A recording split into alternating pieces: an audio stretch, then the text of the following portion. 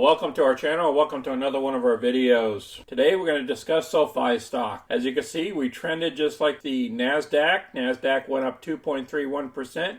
and we went up 2.79%. Short interest at this time is 13.62%, which is a decrease of 2 million shares from the previous report. The institutional holdings is around 44% of overall shares. Our unusual activity, I spotted unusual up over here at the October 28, between the 5s and the 550s. We have 8,700 shares traded and 6,800 there. We have about 3,000 shares in between the 450s and the 5s. Before we get to the chart, let's hit this news. SOFI gains as market dips, what you should know. Investors will be hoping for strength from SoFi Technology as it approaches next earnings release.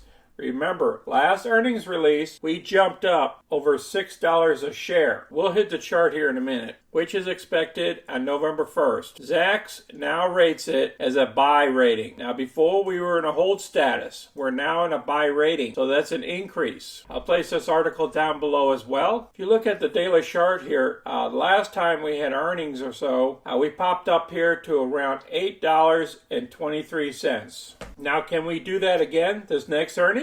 We will see. If the banks continue to roar higher, then SOFI stock should be on the tail end of that. So buying call options is a cheap way of getting into the trade. I'll show you ours here in a minute. But I believe right now we're trending sideways. But when earnings start coming up, we're going to start bumping up higher just like we did back here, all the way up into the earnings. So buying some calls, just in case we pop up to $8 real quick, is not a bad thing, folks. I'll show you our trade. As you can see here, in my retirement account, I own 10 options of the 6 strike price for January 2023. Now, I paid $470 for them. Right now, they're worth $520, which is a little bit over a 10% return on my money. Now, if we dip a little bit more, I might buy another 10 more options. So just in case, I want to play it multiple ways for January. Because if we get a pop up to $8 a share, that means $2 higher than these $6